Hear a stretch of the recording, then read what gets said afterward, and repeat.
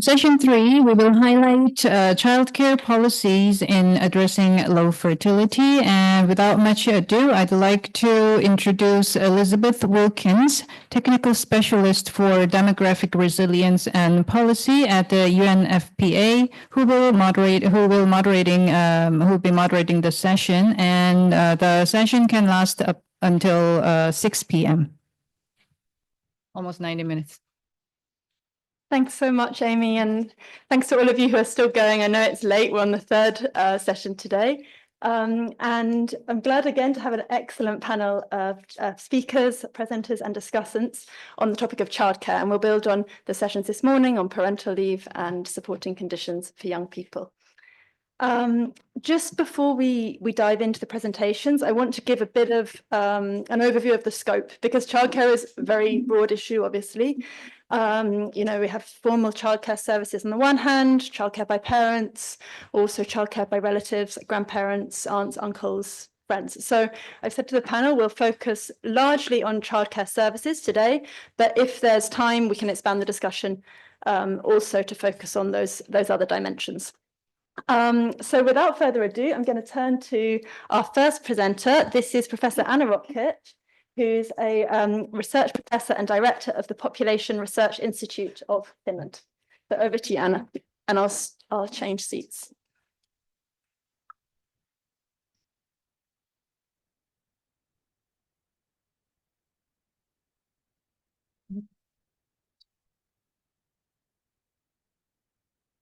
Yes, thank you. This is my first time in beautiful Korea, and I have greatly enjoyed the so well organized symposium so far, as well as the gorgeous views. I will start this session. I think it relates back to actually mostly to the first session and the first keynote of today. I will say a few words about daycare, fertility, family well-being. And my main message will be that, again, we have to listen to the wishes and aspirations of young adults, and in this case, parents and other caretakers of young children.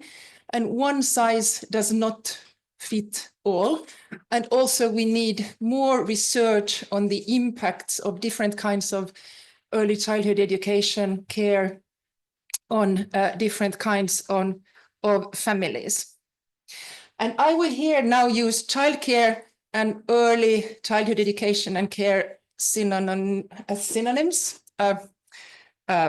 Just because I will talk about the formal provision of childcare, understanding these are not always the same thing. So firstly, as many of you know, in OECD countries, we have quite high enrollment now of children aged 3 to 5 years in ECEC services. It's 85% in OECD. Also, enrollment of younger children has been rising. It's much lower than 84%, it's 32%. And the picture is of the older age group. But enrollment of younger children has been rising, especially in Korea lately. Now, in my own country, one thing I'm very proud of, I come from Finland, and we invented the so-called right to subjective daycare back in 1996. The background was, interestingly, that we had really many female politicians at that time, also female politicians with children, because fertility in Finland was quite high at that time. And during the 80s, it was much discussed how to organize childcare. And there were different opinions. And in Finland, as in many other European countries, the more center right-wing parties tend to prefer paid home care allowance and enabling parents to be at home with the children, whereas the left tended to favor organized childcare. And Finland got both. So this subjective right to daycare means if I as a parent say I would wish to have a place in municipal daycare, they have to provide one to me within 4 months. It is usually really high quality. We have trained staff and it's really inexpensive. If you are poor or a single mother or have many siblings, you pay very little, if anything. It includes meals. It really works basically quite well. At the same time, there's also the possibility of having a home care allowance. I'm not going into the details, but it's a flexible, pluralistic system, and it's very popular among parents. So not all politicians like this, and in this discussion about home care or daycare is ongoing, but parents like the possibility to choose. As we know, the effects on fertility of this kind of early access to ECC is quite clear and substantial. This was mentioned in the keynote by Thomas and by other presenters here. I'm here quoting from the well-known UNFPA paper by Thomas. It's kind of one basic first, understandably needed step to facilitate family and work combination. I put this of all policy measures. I'm actually not sure, but at least it's among the top 3 and consistent findings we have from different studies. I wanted to highlight here on the fertility effect slide that interestingly, a few studies indicate that children who have been in formal daycare may have lower fertility themselves. So there may be unintended generational effects which should be studied more. Now, when we discuss the provision of childcare, we have 2 perspectives at least, or 3. We have that of the state and the labor market, but I will focus here firstly briefly on the parental perspective, then on the child perspective. First, parents' needs and abilities vary hugely. In Finland, the median age when people say they would like to put their child to this kind of formal daycare is above 2. It's between 2 and 2.5. So much later than most children actually start. But this, of course, varies. If you have a single mother who works shifts, she will need childcare at unusual hours. She will maybe need it early. But if you are a dual parent with access to grandparents, maybe they don't need it as much. And here again, I would try to be patriotic here. There are many problems with Finland, but now kind of promote, I think many things work in our subjective right to daycare. And we are quite flexible. For instance, you pay less if your child is less, different percentages during the week, and you can get the periods off and so on. Then when we come to the child effects, I would here like to emphasize that we have quite good evidence for benefits, especially regarding cognitive development for children aged 3 to 5. These vary with the background of the parents. It's not uniform. And sometimes these effects are not long lasting. Sometimes they last until your adult income or educational attainment, but sometimes not. However, we have very little evidence showing that it would be bad for children to be in daycare when they are 3 to 5 years old. When we come to the younger age groups, we don't have consistent broad evidence that it would always be good. It can be plus minus 0, it can be negative. And this, of course, has to do now with the parental leaves and what comes before. And again, I don't have time to go, we can go back in the discussion. I will kind of stress that I was a bit worried reading that both the EU and the OECD now very strongly say that we should expand also early childcare to the age group between 0 to 3. I think we need more evidence and we need to tailor it to the needs. It's clear that some families would benefit greatly, but it's also clear that other families maybe not need it and would prefer to stay at home, and that would not be worse for the child. Thank you.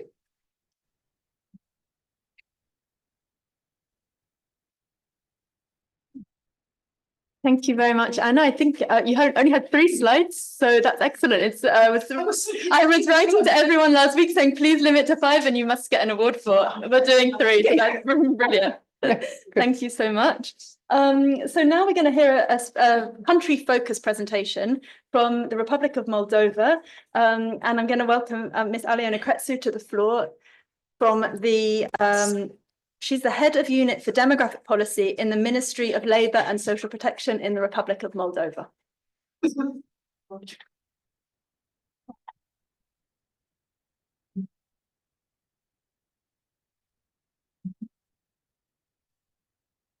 Dear ladies and gentlemen, dear colleagues, I'm very glad to be here. It's my first time in Korea. It's a very beautiful country. For Moldova, it's a country very far and very exotic. And I thank you for UNFPA and KOSTAT for this opportunity. A few years ago, Mr. Slobotka was in Moldova, and he gave for Republic of Moldova same recommendations about policy measures to provide the Moldova. And today I listened with great pleasure. And I'm glad that in Moldova we took in account these recommendations. The measures were taken in a comprehensive manner, but not focused on exclusive on only one measure, for example, such as financial initiatives. I will present only a few data for the year 23 that will speak for themselves about the demographic situation in terms of the birth rate and what the challenges are. Usual resident population, it's 2,423.3. Fertility rate is 1.6, but desired number of children, it's 2.7, according to the Generation and Gender Survey for 2020. Total children aged 1 to 3 years is 105.775.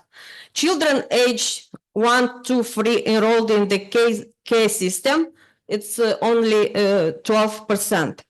Number of inactive women in the workforce due to family responsibilities is 150,000.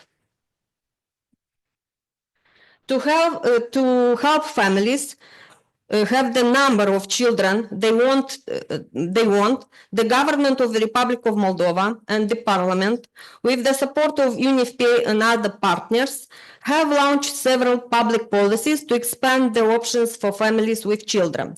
The family program was launched by our ministry to support partners with children to better balance their family and work responsibilities to achieve desired fertility. We introduced flexible work schedules that allow parents to negotiate working hours and set a schedule that allows them to be both active and involved in raising their children. We introduced the option to share childcare leave between spouses and consequently increased the role of fathers in raising their children. We introduced additional options for parents to receive a bigger childcare allowance if they choose a shorter period of childcare leave. 90% the salary if they chose 12 months of childcare leave, or 60% of the salary for the first 12 months and 30% for the following 12 months. 30% of the salary if parents choose to have childcare leave for 3 years. Unique childbirth indemnity was increased for 2025 by about more starting January 1st and will be about $1,070. But I would like to say that average wage in the economy in 2025 will be about $750. This means that by about $70 more starting January 1st.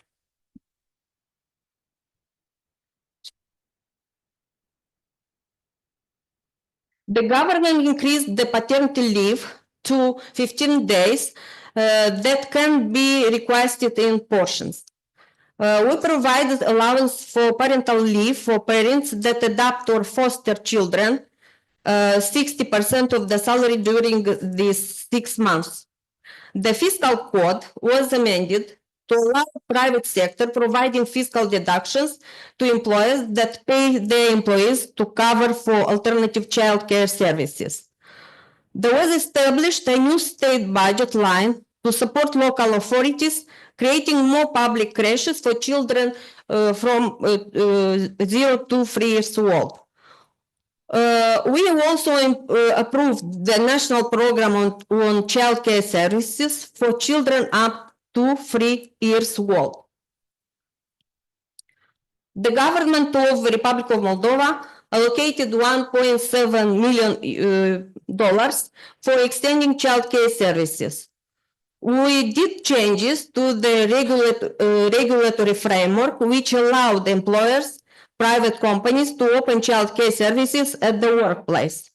In order to expand childcare options for young parents, we regulated the alternative childcare services, family type childcare services provided at home, individual childcare provider, and mini creches on employer's side. Until 2024, a total number of 19 family type alternative services and 1 by the employer was piloted.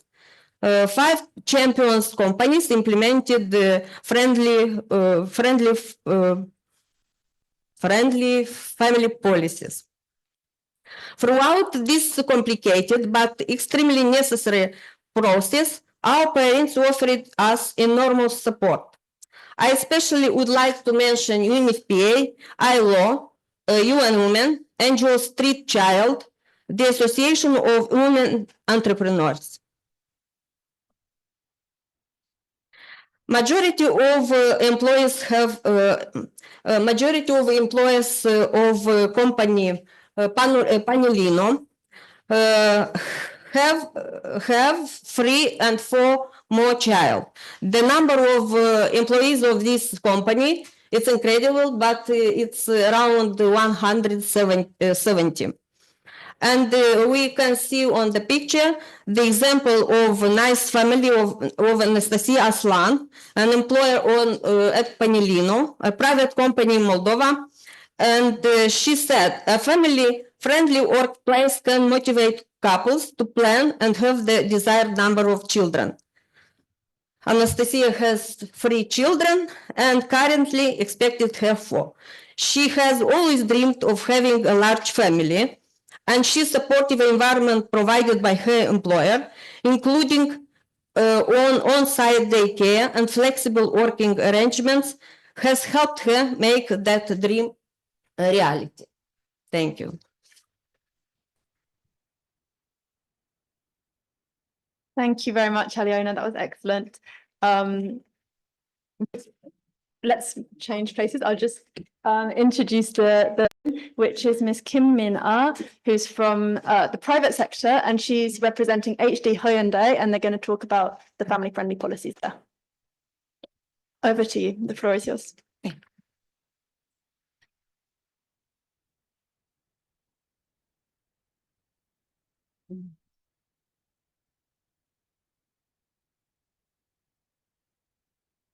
네, 안녕하세요. 저는 HD 현대에서 직원들의 복지 업무를 담당하고 있는 김미나라고 합니다.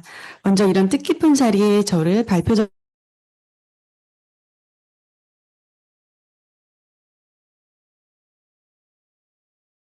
어떤 노력을 기울이고 있는지에 대해서 말씀을 드려보고자 합니다.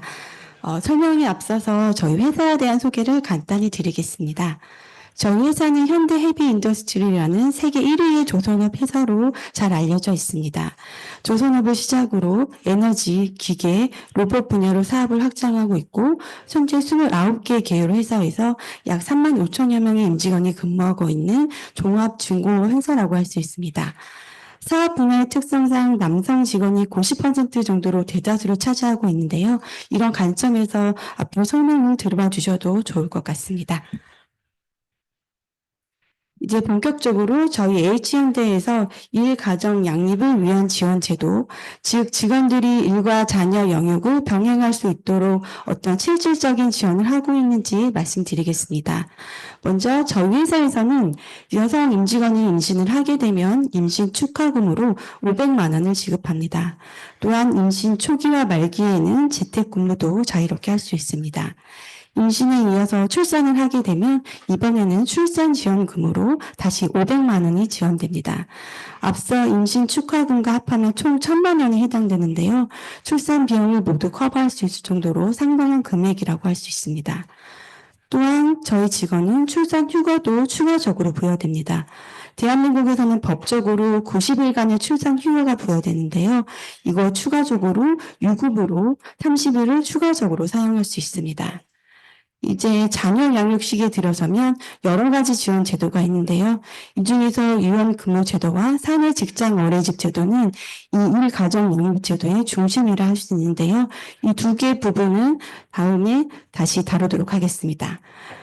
자녀가 유치원 시기가 되면 회사에서는 교육비를 또 지급해 줍니다. 초등학교에 입학하기 전 3년 동안 지급되며 총 1,800만 원을 지원받을 수 있습니다. 자녀당 매월 50만 원을 지원받는 셈입니다. 이번에 자녀가 초등학교 1학년, 2학년 시기가 되면 여성 직원에 한해서 특별히 자녀 돌봄 휴직이 주어집니다. 대한민국에서는 법적으로 육아휴직이 1년이 주어지는데요. 저희 회사에서는 여기 추가적으로 최대 6개월을 사용할 수 있습니다. 네, 이번에 중요한 저희 회사의 유연근무 제도에 대해서 말씀드리겠습니다. 사실 이 유연근무 제도는 전 직원에 대해서 4~5년 전부터 시행하고 있는 것으로 출퇴근 시간을 자유롭게 조정할 수 있기 때문에 자녀 양육을 하고 있는 직원에게는 매우 유용하게 활용되고 있습니다. 저희 회사의 기본 근무 시간은 오전 8시부터 오후 5시까지로 이 중에서 코어 타임에 해당하는 시간만 필수적으로 근무를 하면 되고 이 앞뒤의 시간은 자율적으로 조정이 가능합니다. 뿐만 아니라 매일 8시간의 근무 시간을 지킬 필요도 없습니다. 매일 자신 상황에 따라서 단축 또는 연장 근무를 자유롭게 선택할 수 있습니다. 직원은 즉 1개월의 총 근무 시간만 충족시키면 됩니다. 이제 마지막으로 저희 회사의 직장 어린이집에 대해서 말씀드리겠습니다. 저희 회사는 작년에 주요 계열사 16개 본사를 할 수 있는 그 오피스 빌딩 새로 건립하게 되었는데요. 그 안에 직장 어린이집 드림보트 어린이집을 설치하게 되었습니다.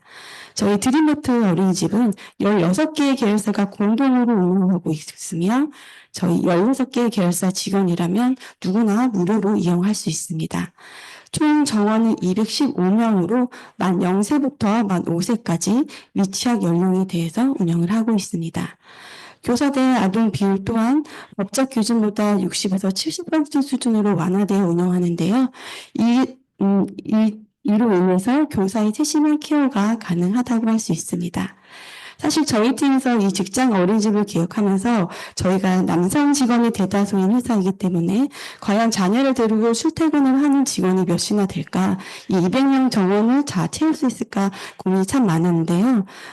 그러나 너무 감사하게도 저희 어린이집의 입소 경쟁률은 올해에 2.4대 1, 내년에는 4.2대 1에 이를 정도로 직원들의 큰 관심을 받고 있습니다. 그럼 과연 어떤 부분 때문에 저희 직원들이 직장 어린이집 드림보트를 선택하는지 운영 측면에서 크게 세 가지로 추려봤는데요. 첫 번째로 긴 운영 시간입니다. 드림워터 어린이집은 오전 7시부터 최대 밤 10시까지 운영합니다. 저희 회사의 기본 근무 시간은 오전 8시부터 오후 5시까지인데요. 이에 비해 긴 시간을 운영하고 있는 셈입니다. 혹시라도 직원이 갑작스러운 연장 근무가 필요할 때 이를 대비해서 최대 10시까지 운영하는 것을 원칙으로 하고 있습니다. 있기 때문에 직원이 마음 편히 업무에 집중할 수 있고 자녀 또한 교사의 케어를 받으면서 안전하게 머무를 수 있습니다. 두 번째는 하루 4번 제공되는 식사입니다. 아침 식사부터 점심, 오후 간식, 저녁까지 하루에 총 4번 식사가 균형 잡힌 식단으로 직접 조리되어 제공됩니다. 이를 병행하는 직원들 입장에서는 가정에서 자녀의 식사를 챙겨주는 것이 굉장히 부담으로 다가올 텐데요. 이렇게 어린이집에서 아침부터 저녁까지 질 좋은 식사를 제공하고 있어서 이에 대해 직원들의 만족도가 가장 높다고 할 수 있습니다. 마지막으로 영세반 운영입니다. 드림부터는 생후 6개월 이상의 아이부터 돌봄 서비스를 제공하고 있습니다. 사실 이 영세반은 아주 세심한 케어가 필요하고 교사 비용 또한 많이 발생되기 때문에 다른 어린이집에서는 아예 운영하지 않거나 운영하더라도 아주 적은 인원으로만 운영하고 있습니다. 이렇다 보니 영세 자녀를 맡길 곳이 없어서 일을 하고 싶어도 어쩔 수 없이 일을 포기하고 자녀 돌봄을 선택하는 경우가 많게 되는데요. 저희 회사에서는 직원들의 이런 니즈를 캐치해서 전체 적원의 11% 수준으로 비교적 많은 규모의 영세반을 운영하고 있고 이에 대해서 직원들의 큰 호응을 얻고 있습니다. 이렇게 지금까지 H세대의 일가정 양육 지원 제도에 대해서 설명드렸습니다. 아무쪼록 저희 회사에 이런 사례가 도움이 되시길 바라겠습니다. 감사합니다.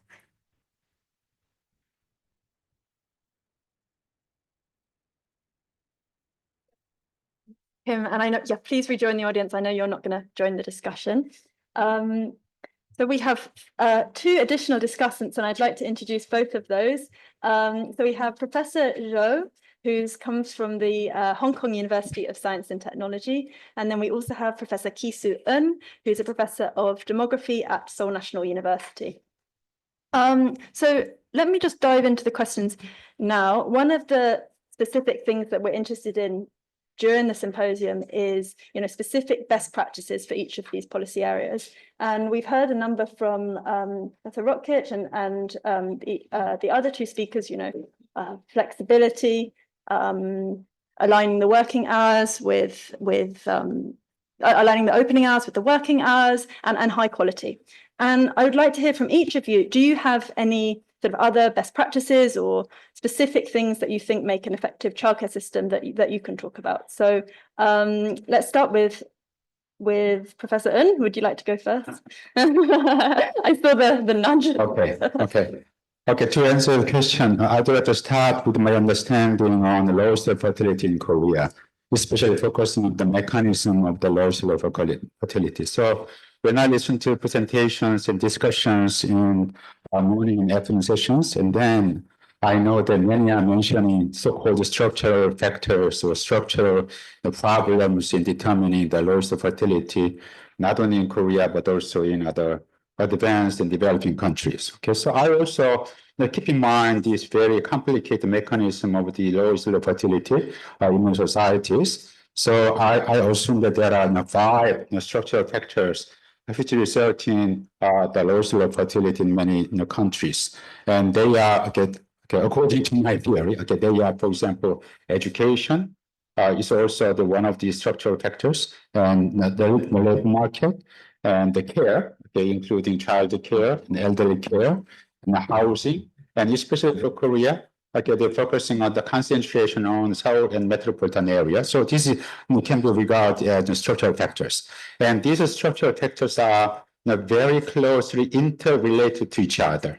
Okay, so it is very hard to solve any one of these structural factors alone without considering the effect of the other structural factors. So when you approach, for example, care, child care, and then I think we need to understand that the child care, one of the structural factors, is also very much closely related to other structural factors such as education, labor market, or for example, housing, and then concentration, Seoul metropolitan area. Okay, so when, for example, you mention on very micro aspect of the child care, okay, the policy, such as the flexibility, or for example, the remote work from home, and so on. This is a very good, okay, very good in the aspect of the child care policies. And I'm sure that this can work very well, okay, in caring children. Okay, when, for example, the children are very young, for example, infant aged 0 to 1 or 0 to 2 or 3, for example. Okay, so I think this must contribute, okay, contribute to, for example, the enhancing our knowledge on how to make it easy for parents to care their children. So I think this kind of micro policy should be adopted by all countries. However, beyond this micro aspect of policy, I'm not sure whether, okay, if we implement this kind of micro policies, the micro childcare policies, I'm not sure whether we can, achieve what I want to do in relation to, for example, boosting fertility, okay, for example, by which we want, okay. So, for example, childcare, okay, is, for example, now emphasized in Korea. As you know, or now, the current president, Mr. Yoon, okay, for example, promised that he would pursue 4 great reforms, okay, during presidency. The one is education reform. Second is labor reform. The third is pension reform, and the last reform is the medical reform. Okay, and under, for example, education reform, this child care policy is included. For example, he emphasized that, for example, care all the time at school. Okay, it means, for example, for the children, school-age children should be cared at school. So it means school should function, okay, function the role of education and care. Okay, and the other is, for example, the early childhood education and care integration. Yes, this is for the corresponding to, for example, nursery or kindergarten for the pre-school aged children. Okay, so in caring these preschool age children, it is very important to adopt this flexibility of remote work. And I'm sure that if Korean society adopt this micro level of the child care policy, it would be very much helpful, for example, in achieving, for example, the goal of the population change. So in this regard, I think this is a very good example of the good micro policy, which can be applied to all societies. Thank you, Professor Eun. Yeah, thank you. And I really liked what you said about, this is important alone, but it's not enough alone. And that really links to what Thomas was saying this morning. There's not one silver bullet. It's all of these policies are interacting. They must be a comprehensive, holistic sort of approach. So thank you very much. I'll turn to now Professor Zhou, if you'd like to talk about any specific best practices or what makes an effective childcare policy. Yeah, thank you. So first, I really enjoyed the great talk by the speakers. I'm really happy that I'm in the childcare session, which I think is a very promising session. The first thing is I'd like to highlight is low fertility so far has been pictured very kind of in a very bad thing. So first, I think we can be do not think it so badly, because low fertility, we know, right? They are positively connected with high education, high economic development, and high urbanization. So those SDG goals, right, which means it has been fulfilled pretty good. And then basically the current low fertility means that the citizens, individuals ask for a better, happier, and fairer society. So that's next level, right? That's the future. And basically I think there's very little space for us to go back. We can only move forward towards whether we can meet those requirements of the citizens. And mostly, many of the speakers mentioned the preferential family model, basically still earner model. Basically, we expect, right, and our younger generation also expect they can have their career and they can have their family. Still, many of them aspire for a family. Although the number may not be 2, right? Many of them still want to be a mother or the father. So I think again, the key today is looking to the future. The key is to reconcile family and work. So that's very important. And then that's what we are, right? Childcare is where we are. So for childcare, I think there are several things I'm more from an individualistic perspective. So why people, I'm a mother of two as well. So why would we send our kids to daycare? So we have three concerns, I think. The first would be we want to reconcile. I want to maintain my career, right? Also, I have a childcare responsibility, so I do it to outsource basically our childcare responsibilities as parents. The second reason is actually for the benefits of the children of themselves. So as Anna just mentioned, right, they develop cognitively and non-cognitively better. So that's a very important reason that parents pay attention to. They want the childcare service to benefit their children's development. The third reason is actually even for very young children, right? Like the parents, I mean, if you have ever been a parent, right, it's very tired, right? If you spend your full day together with a young kid, hours and hours, right? So some of us mentioned, like during COVID, right? People are like, there's an important moderator for people's happiness. So sometimes we need some parents, they need some escape just for themselves, the benefits of them mental health, right? So they send their kids for childcare. So I think considering all the three, I think the last speaker gave the example of their company Hyundai is a very good example, because if you set your childcare service in a employer in the company, right, they save you lots of commute time spent just commuting. And of course, if you understand parents deeply, right, sometimes when you are working, you worry, you think about your children and you worry about them. Probably you really want to have a look at them, and they know they are very nearby, right? They have. You can just go and check it out. I think that's very important for parents' mental health. And also, like, you can guarantee, right, your child is in very good care. So you can check them up and you can see, right, whether they are developing very good. So the location, I think, is a very good idea to put them very close to the workplace. A second key element, I think, is the quality of childcare. So that's the people who give care to your children, right? We parents, we should trust them. We should think probably we can even do a better job than us. So they should be well trained. But unfortunately, I think a recent paper has mentioned that people who are childcare providers, they are paid very poorly. And no one wants to do that job, right? They rely on probably immigrants.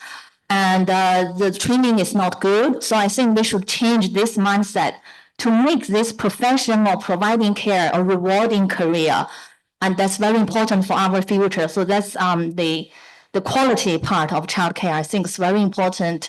I have to give, although you mentioned for some very positive example, I remember why I mentioned the qualities when I gave my first child in the UK, right? The turnover rate of my kids' care is so high, right?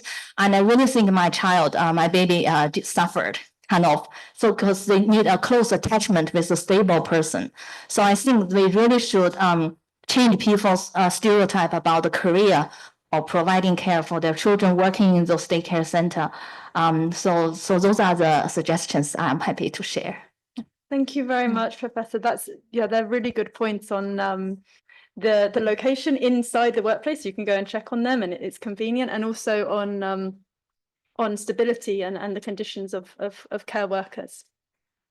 So now I'd like to turn to Ms. Cretu from Moldova, because I think you mentioned it a little bit, but there's a lot more to say on what Moldova is doing to engage the private sector. And it's one of the countries that's really at the forefront of that and, engaging companies. And I'd like to ask you a bit more detail, how did you go about engaging private sector from your position in the government? How did you go about engaging the companies, and what did that process look like? Thank you for the question.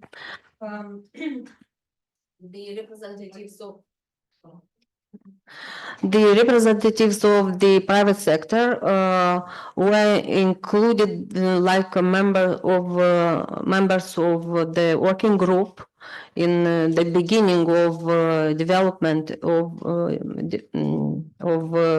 legal regulations, and we took in account all the proposals.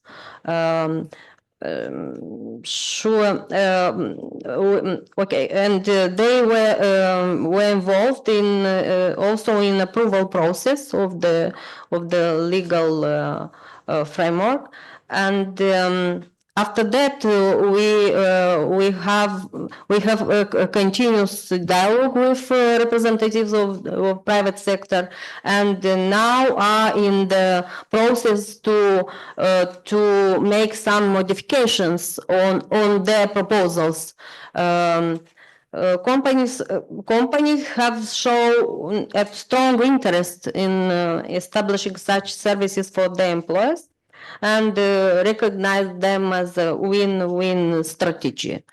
And from a demographic perspective, this approach supports desired fertility by offering greater flexibility for employees to balance family planning with their careers. Thank you. Thank you very much. Sure, could I add something? Especially, I would like to mention we collaborated with Conference of Employers and the Chamber of Commerce. Okay. They representative the biggest number of companies from Moldova. So they were involved in the process of Yes. changing the legislation. Yeah, and I would like also to mention we organized with our partners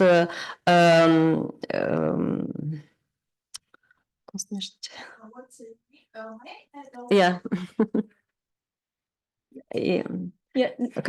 Company of information. We organized the company with information of the many of employers from many companies. Okay. And we have this continuous dialogue with private sector. Thank you. Thank you so much. And I just seen a hand in the audience, Aliona from UNFPA, if you'd like to add anything on that point. Another Aliona, also from Moldova.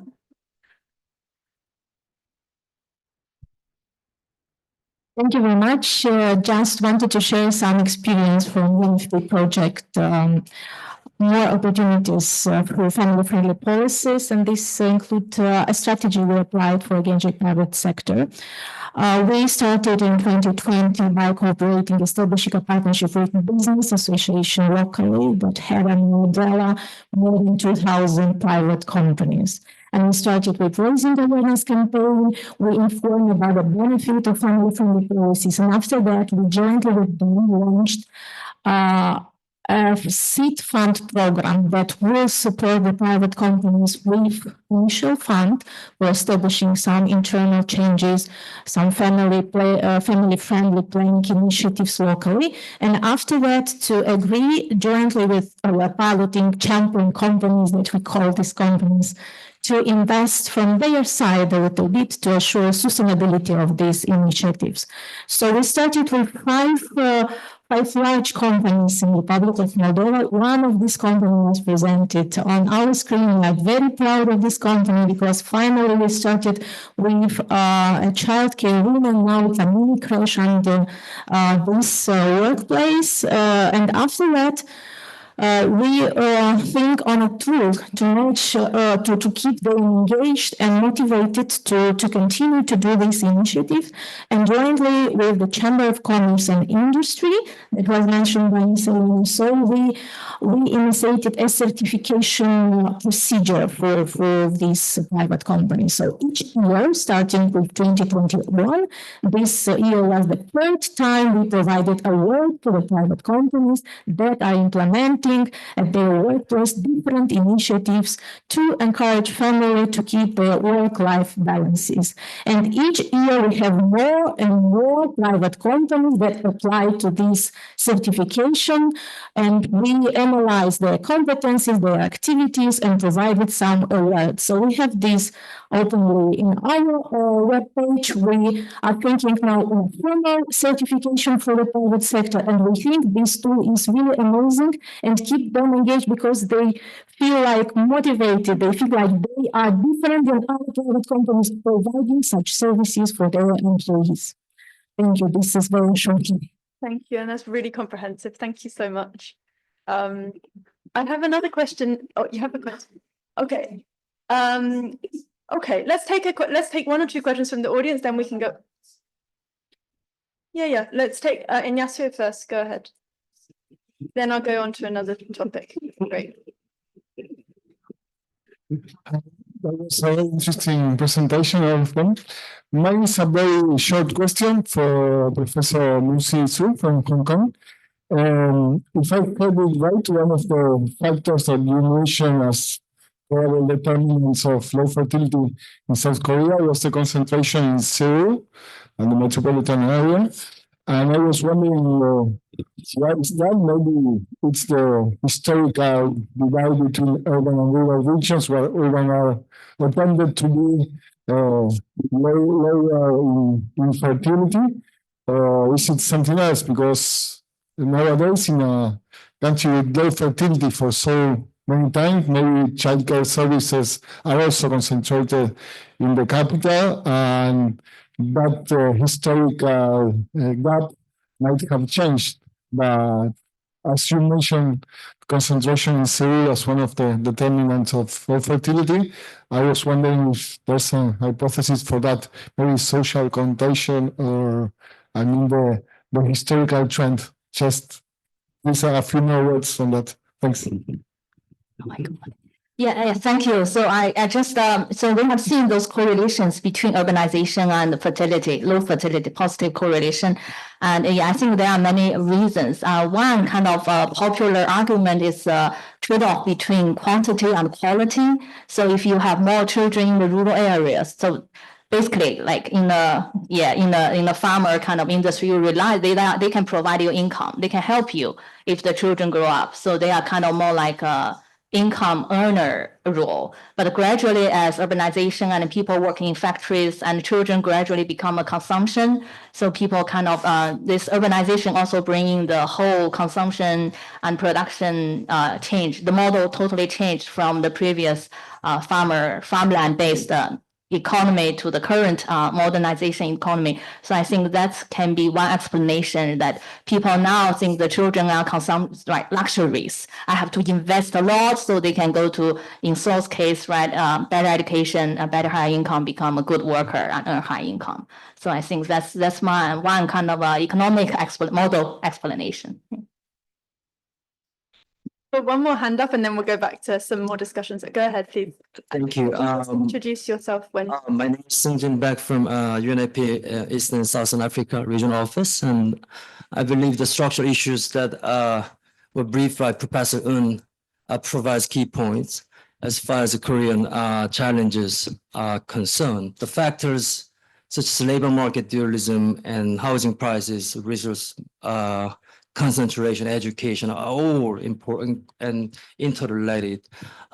In fact, this is the kind of life cycle spectrum from the human capital point of view, from maternal health, public health, mental health, early childhood development, and relevance of education, quality of education, vocational training, as well as the labor market skill alignment.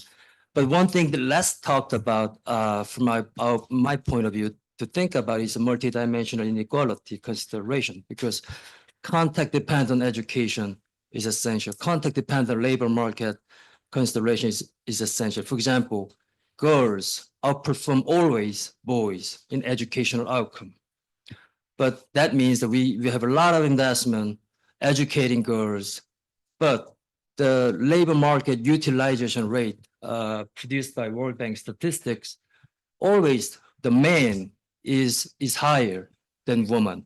That means that's the indication for GDP gap, and that means that the country, in most of the country in the world, we are not utilizing our accumulated human capital.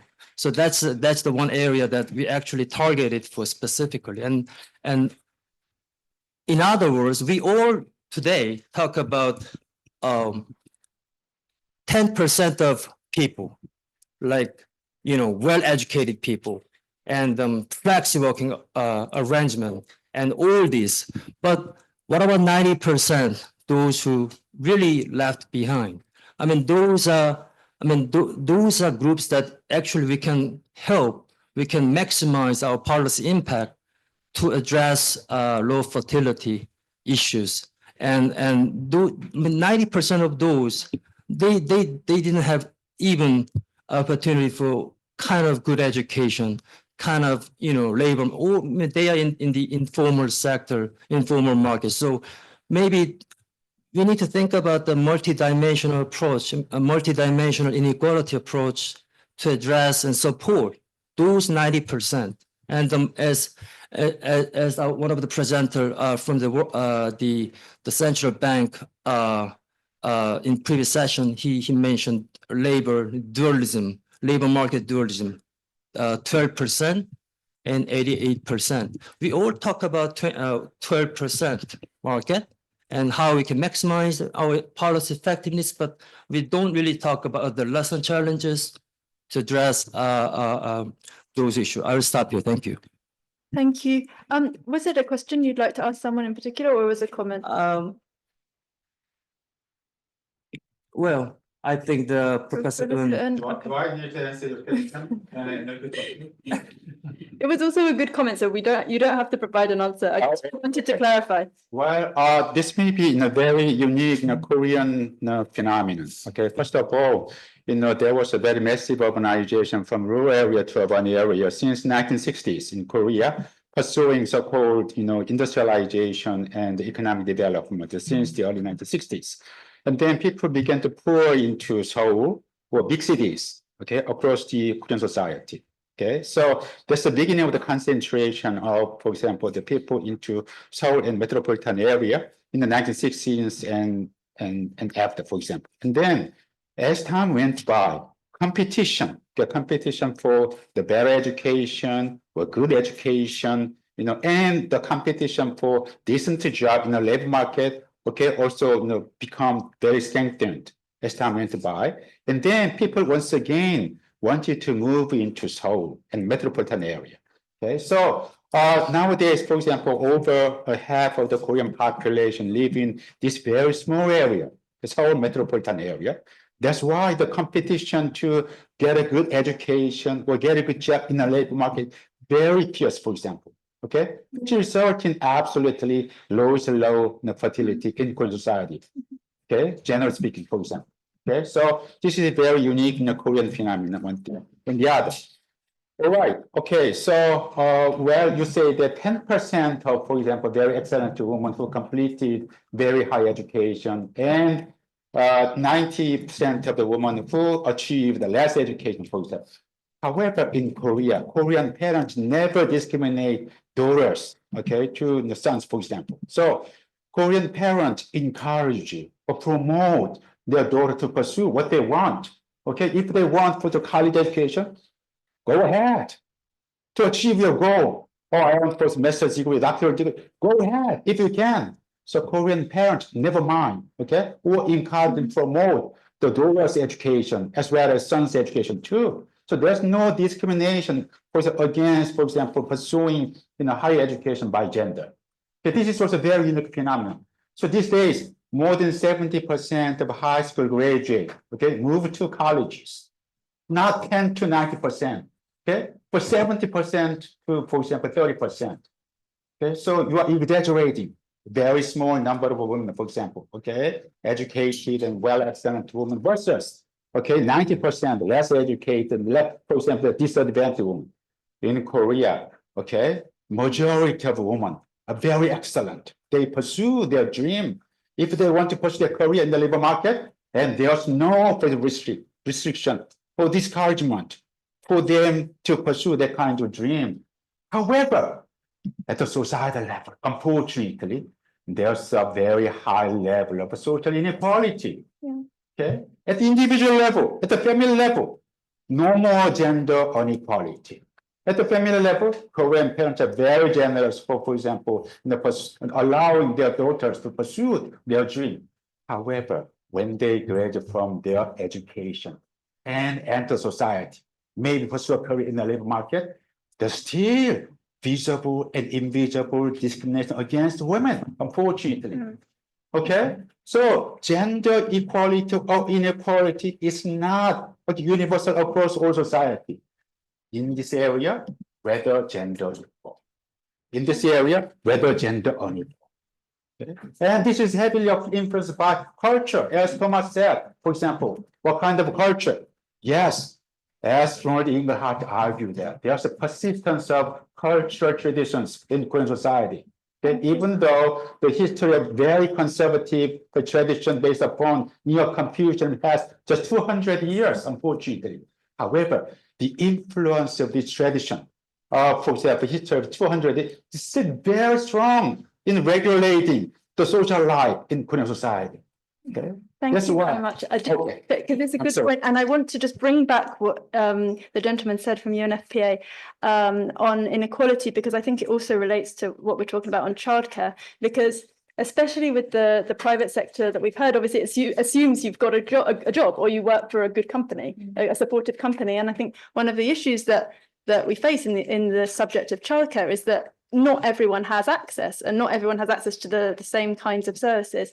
And so I would like to ask, maybe Anna, you could answer this on how can we ensure that there's access to all families for the high quality childcare that we've been talking about? Yes, I mean that.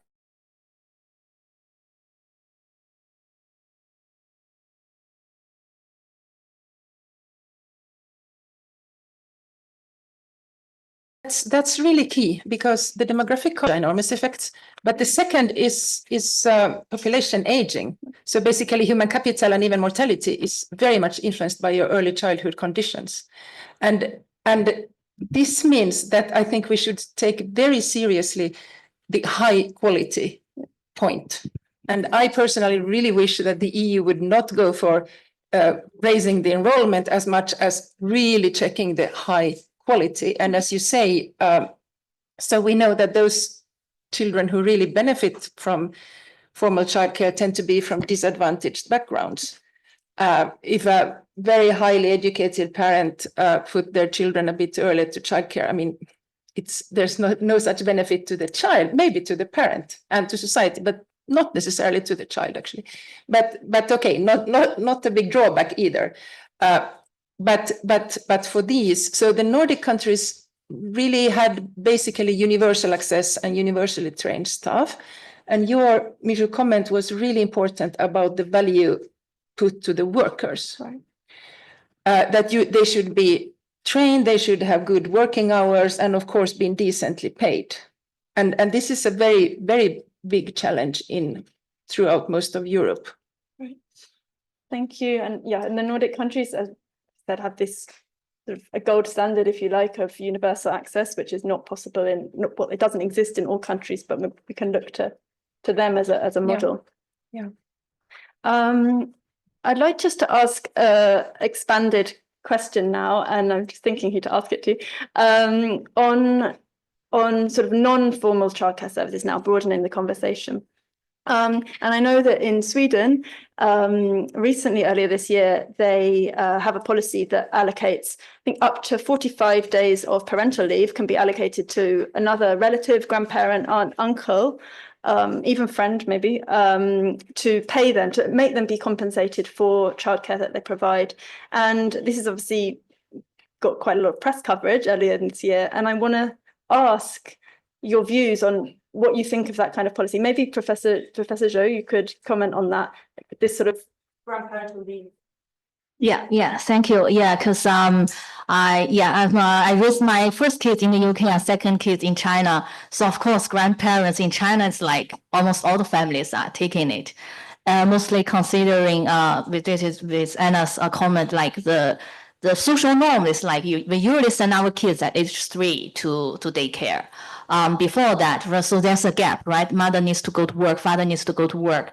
Although after this, I think in China, it's 6 months maternity leave, or even just 1 year, you still have some gap. So grandparents are filling that gap actually between. So when the parents, we don't trust daycare that much. So I think it's a very creative policy that if the kind of parental leave is guaranteed to anyone with childcare responsibilities, kind of disregarding, right, whether you have to be your parents or not.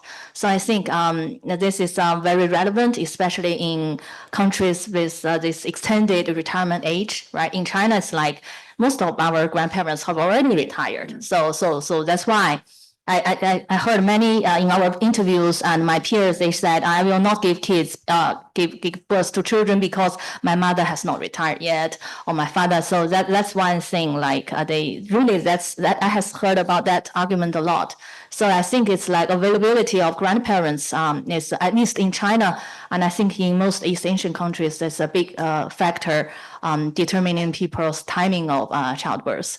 In Europe, I think at least in the UK, it's more individualistic, and usually people do not live together with grandparents.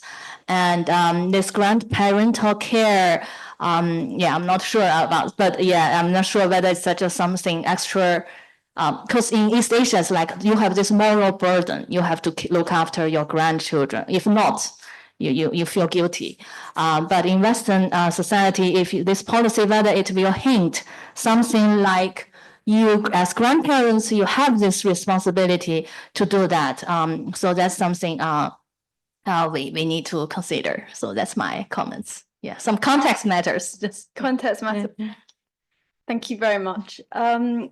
Now, just one more question before we open up to the floor. And I want to ask particularly people who have been involved in developing childcare policies from the perspective of government, if you have any kind of key challenges or key sort of gaps or challenges that you can talk about, and any lessons learned. Yeah, Miss Cretu. Thank you. Before, I'd like to say that in Moldova, grandparents also can take care leave if they are until the pension retirement period, and they will receive also care initiatives allowance. Yes. About challenges, currently the childcare services unfortunately are expensive. We speak about alternative childcare services, and the government is analyzing the possibility to compensate this cost for some of vulnerable groups of population. Thank you. That's a point also about affordability and access to services for more marginalized groups. Okay, so now we can maybe open up to the floor. We have about 25 minutes left. If anyone has any questions, I know it's the end of the day, please raise your hand.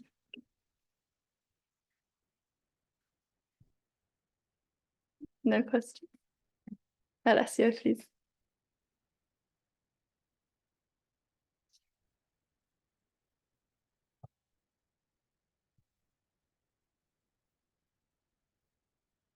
Thank you.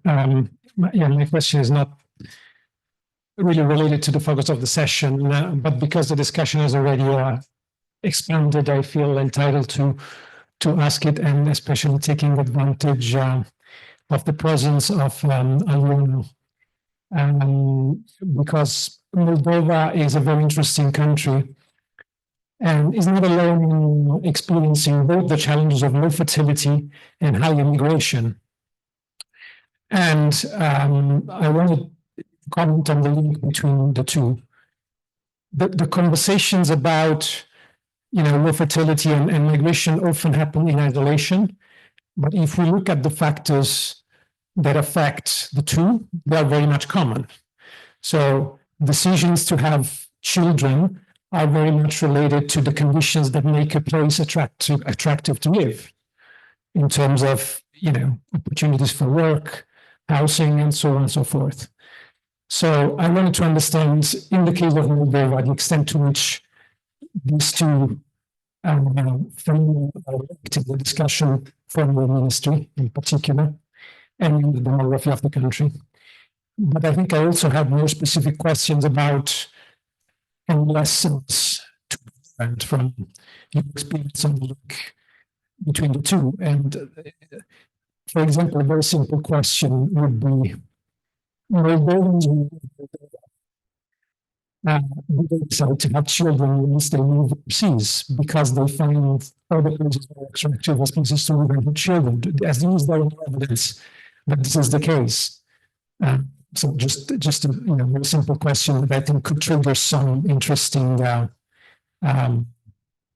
reflections about how these two things are linked in the context of your country. Yeah, thank you.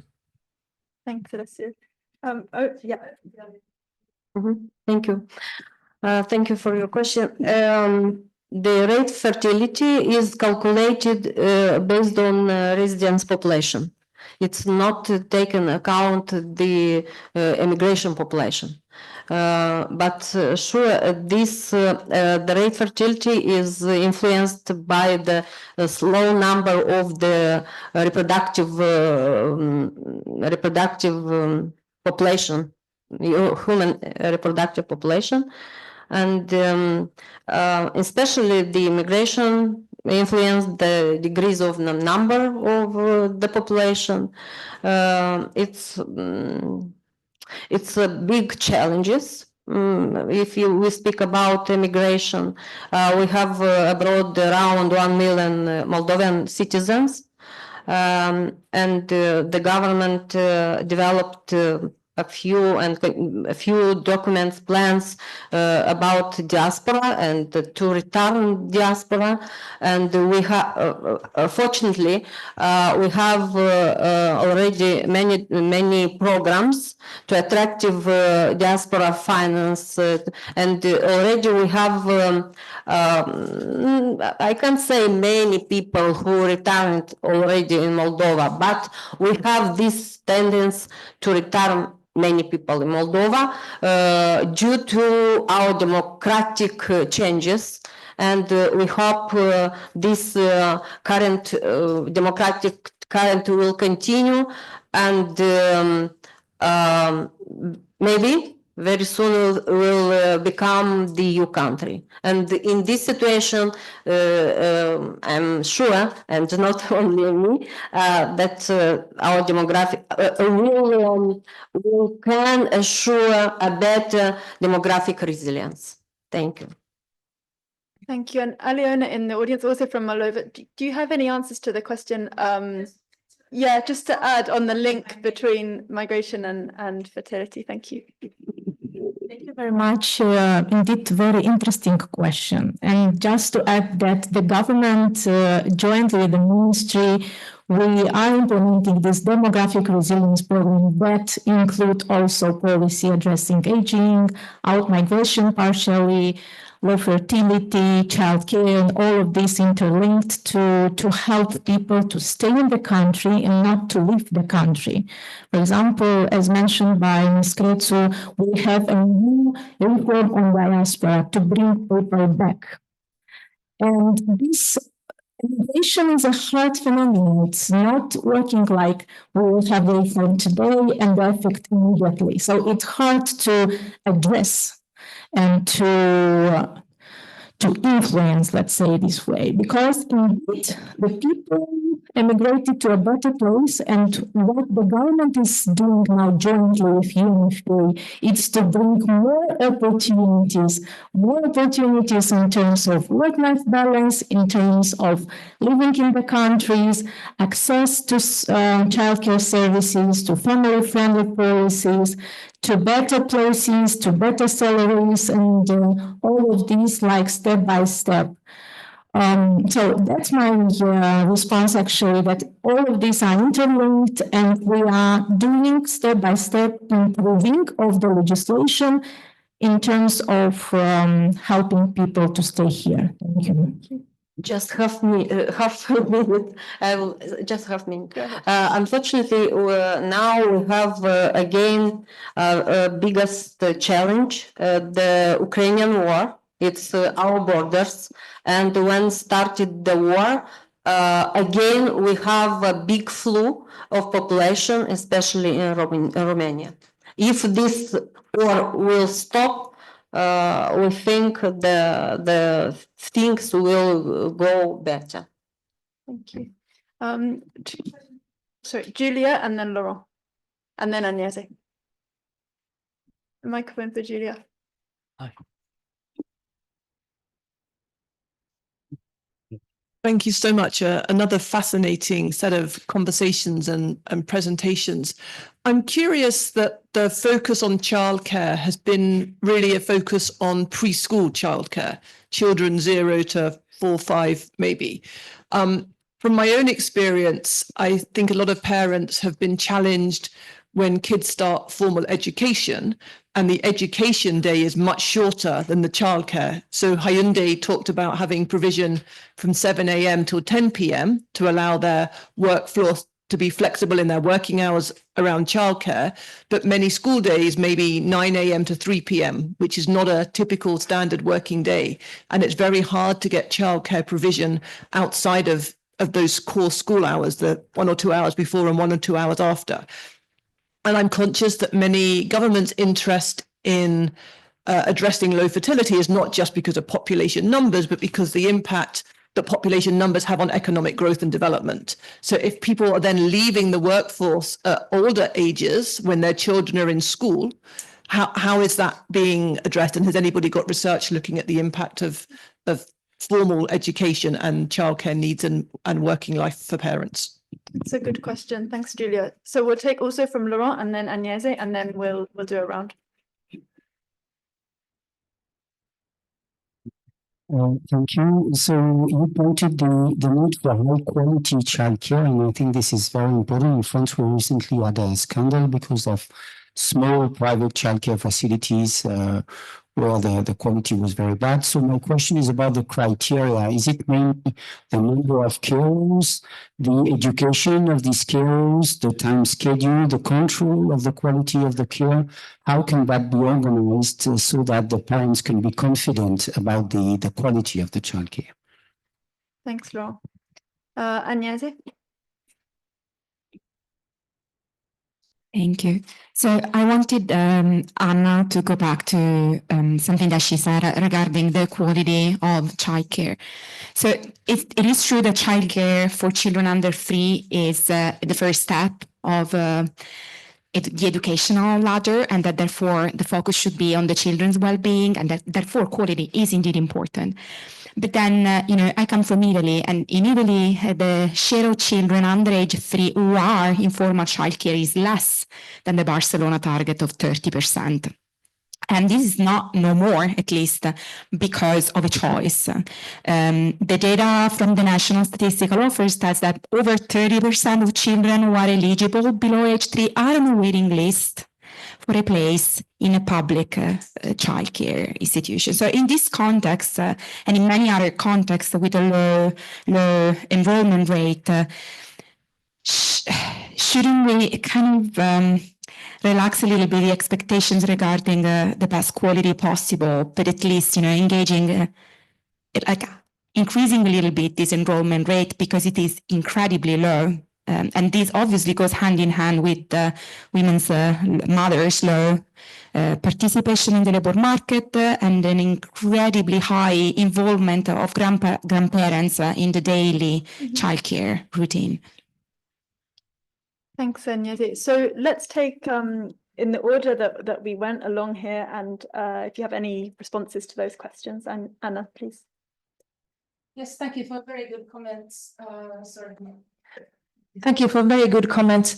Firstly, the post-school, is that the term, post-school childcare services? That's one example where Finland still hasn't actually solved anything. It's like some schools have something and there are some organizations. And so it's an example of an institutional mismatch.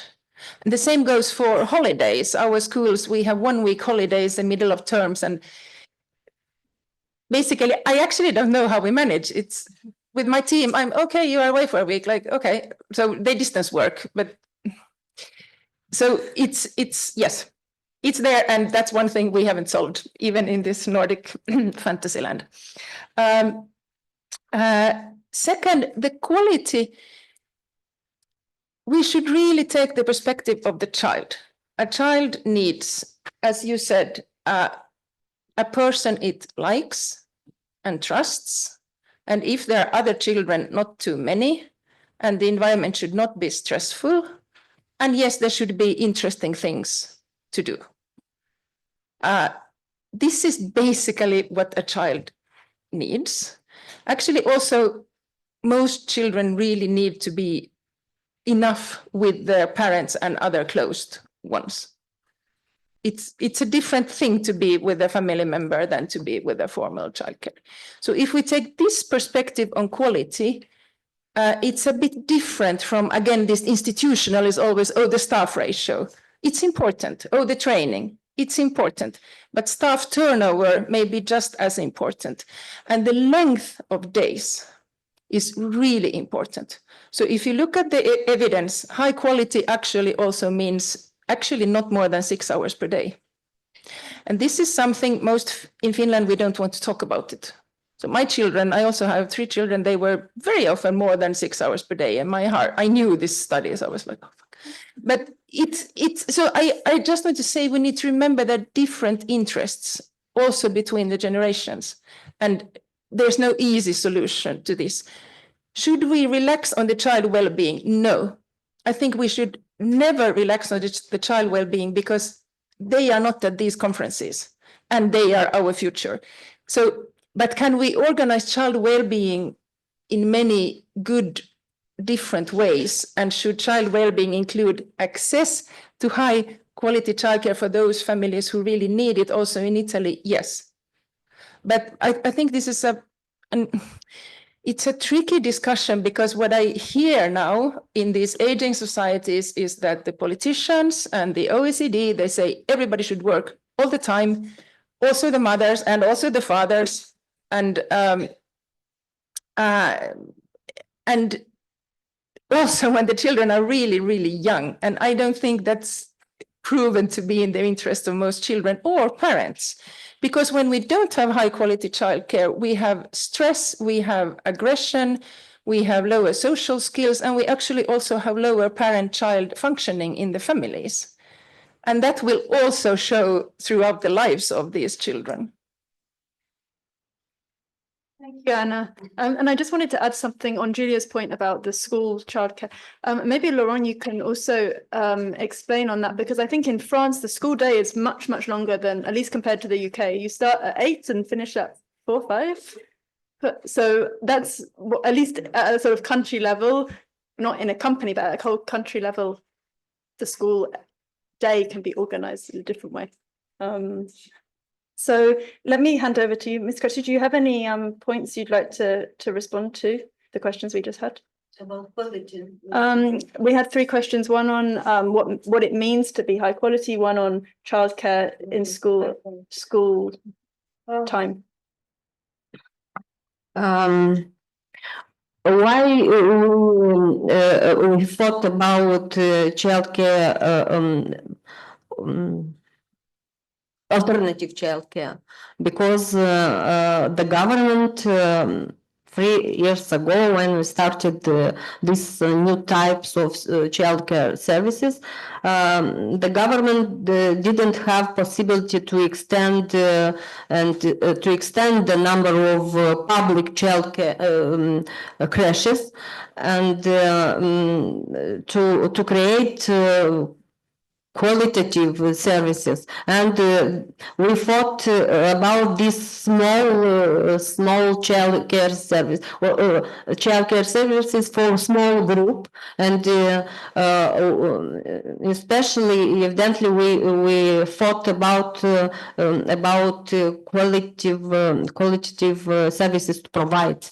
And sure, the quality service is very important, and the parents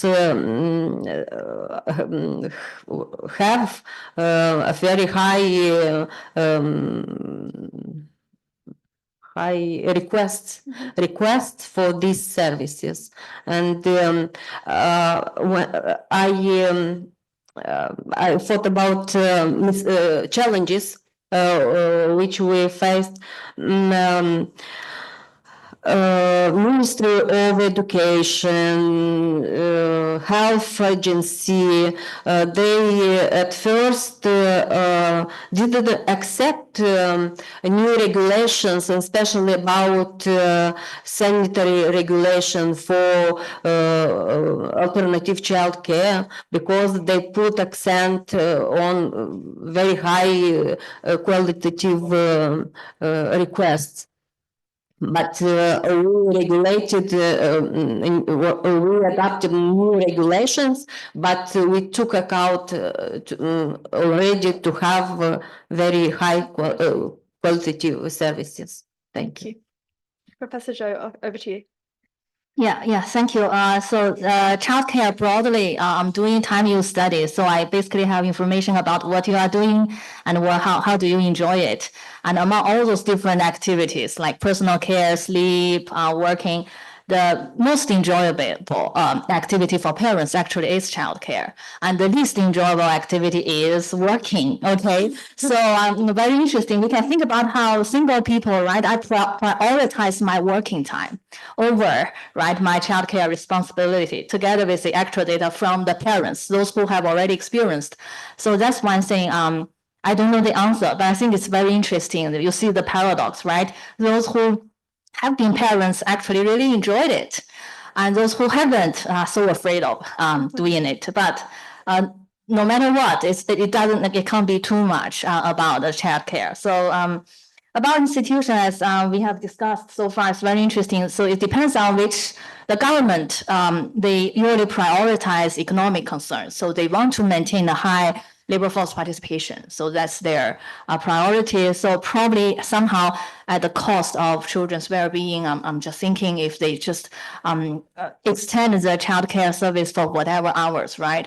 So that's one thing you need to think about, which one you prioritize. Labor force participation, parents' well-being, or children's well-being, they may not. So there should be an optimal hour over there. So I'm just depends, right, the policy. Another thing related to Elizabeth's comment about social inequalities, another thing is about residential segregation is very important. About those poor families, they live in areas with very poor this quality in childcare. So that's further disadvantage those people who in biggest need of those high quality childcare.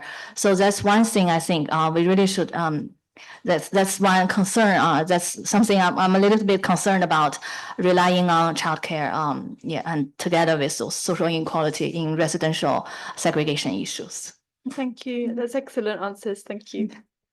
And lastly, Professor Eun, go ahead. Okay, so when I listen to your presentations, I'm very much impressed with your countries. Okay, so when you say that your country is adopting very family-friendly policies, and then I find that your country is already family-friendly society. Okay, that's why fertility is still relatively higher, TFR of 1.6. However, as you know, Korean fertility is so low, TFR of 0.7. Okay, just 0.7. Okay, I'm very much skeptical about whether it's appropriate or not to discuss this issue. Okay. For countries, okay, a country, Korea, such as Korea, okay, with TFR of 0.7, and with Moldova, with TFR of 1.6, because these countries are totally different from each other, okay? And when we deal with this issue of the child care, totally different matter. For example, Korean government tried to provide very good quality of child care facilities to cope with low fertility. Okay, so there was such huge increase of the child care facility in Korea before, okay, by the effort of government or society. However, fertility declined, and then number of newborn babies decreased drastically. Nowadays, do you know what happens in society? Child care facilities are closing their doors. Child care system is completely broken now. Okay, so when you talk about the quality of childcare, this is not a matter at all. Korean society now witnessing the collapse of childcare system simply because of decreasing newborn babies every year. So totally different matter in dealing with the childcare issue in the session. Okay, So do you remember that Ms. Minah presented about the child care center at Hyundai company, for example? She was proud to present that her company runs child care center from 7 a.m. to 10 p.m. What does this mean? Hyundai company employees still work very longer, up to 10 o'clock at night. Okay? So without reduce this work hour, for example, we can't solve any kind of problem in this lowest country. Okay?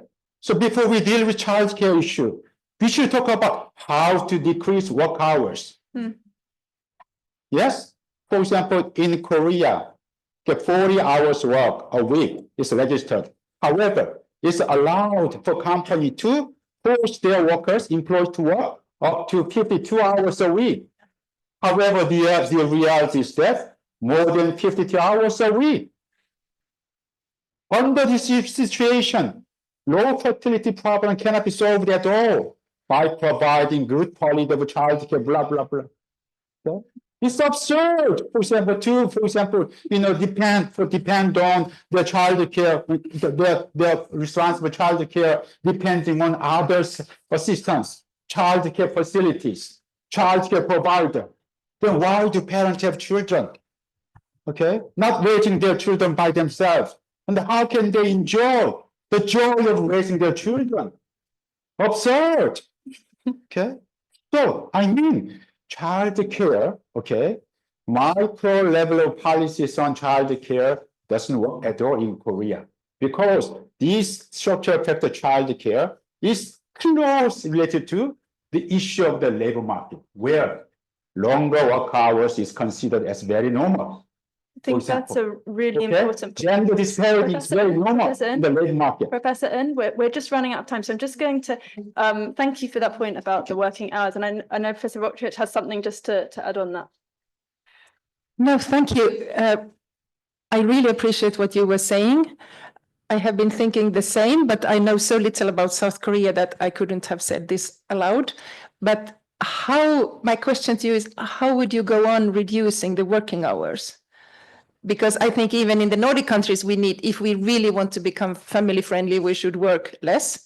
And it could be possible with the technological progress. But how would you reduce working hours in Korea? What would you do in order to achieve your... Okay, I once interviewed very excellent female employees at POSCO, global steel company. Okay, one of them told me that she would never consider marriage or childbearing because she would pursue career. Okay, she wanted, for example, compete together with the men in the labor market. Okay, so the preference, the woman's preference has changed fundamentally.